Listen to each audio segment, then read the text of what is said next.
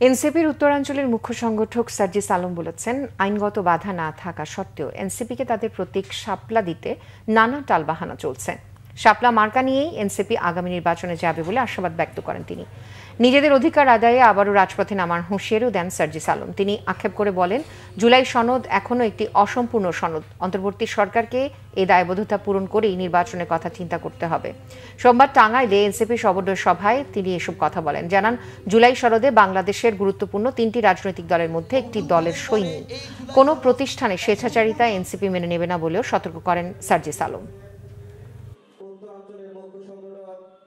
এই জুলাই সনদ এখন পর্যন্ত একটি অসম্পূর্ণ জুলাই সনদ।